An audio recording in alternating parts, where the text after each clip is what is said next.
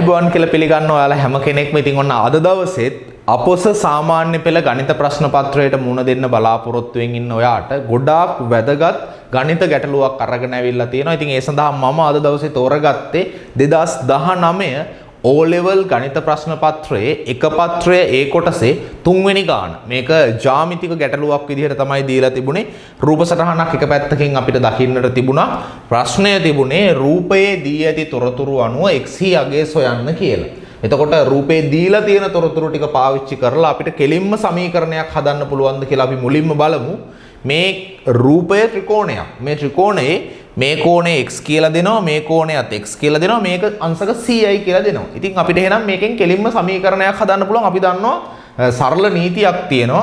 ත්‍රිකෝණයක අභ්‍යන්තර කෝණ තුන ABC කියලා ආවොත් මෙන්න මේ A ධන B ධන C මේ කෝණ තුනේ එකතු අංශක 180ක් එනවා කියලා. ත්‍රිකෝණයක අභ්‍යන්තර කෝණ තුනේ එකතු අංශක 180ක් එනවා කියලා අපි දන්නවා. ඉතින් එහෙනම් අපිට මේකෙන් සමීකරණයක් හදන්න පුළුවන්.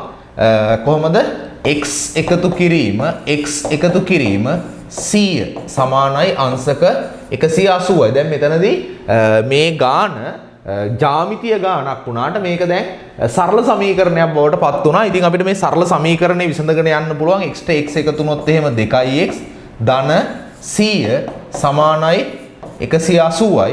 දැන් මේ 100 සමාන ලකුණෙන් එහා පැත්තට යනවා. එතකොට 2x සමානයි 100න් 180න් 100ක් අඩු වුණොත් 80යි. අවසානයේට අපිට පුළුවන් දෙපැත්තම දෙකෙන් බෙදා ගන්න. එහෙනම් දෙපැත්තම දෙකෙන් බෙදුවොත් x සමානයි අංශක 40ක් කියලා අපිට උත්තරේ ලැබෙනවා. x වලගේ ඊටමත් සරලව ඔයාට මේ ගැටලුවටත් උත්තරේ ලබා ගන්න පුළුවන් වුණා. ඉතින් අපොස සාමාන්‍ය පෙළ ගණිත ප්‍රශ්න පත්‍රයට මුහුණ දෙන ඔයාට තවත් වැදගත් වටිනා ගාණක් සමගින් හමු වනතුරු ගිහිල්ලා එන්නම්. හැමෝටම සුබ දවසක්.